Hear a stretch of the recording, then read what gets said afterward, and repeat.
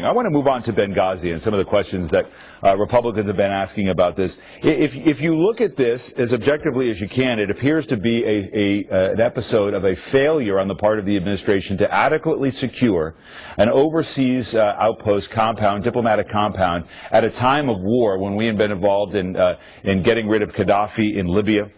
And perhaps at the very worst, some effort by the administration to spin what the actual cause was of the attack. Why does it go anywhere beyond that? Well, that's not insignificant. I mean, the fact that the personnel there were not adequately secured is not insignificant. Clearly, we didn't have enough security there to protect our ambassador and the people on the ground there. Right, but Republicans are talking about a massive cover-up. So no, I mean, the president has said that's very significant, but Republicans are talking about a massive cover-up. They're talking about impeachment. They're talking, I mean, all of these things that seem sort of over the top with regard to what's happening here. I don't think I've said any of those things. I think you're talking about others may have said various things about this. Let me tell you what I think about it.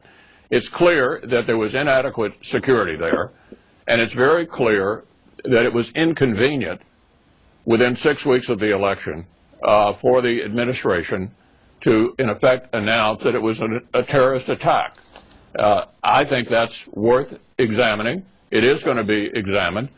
And it's important when, you know, this is the first time we've had an ambassador killed in the line of since the late 70s. Well, I want to clarify this because you are the leader of the Republicans in the Senate. You're one of the leading Republicans in America. Would you call on Republicans who talk about impeaching the president or who talk about this as a Nixonian-style cover-up with regard to Benghazi? Would you like them to stop it? What I think we ought to do is complete the investigation and find out what exactly happened. And I think we have a sense of what happened. We know there was inadequate security. We know an American ambassador and 3 other brave Americans got killed. And we know the administration kind of made up a tale here in order to make it seem like it wasn't a terrorist attack. I think that's worthy of investigation, and the investigations ought to go forward.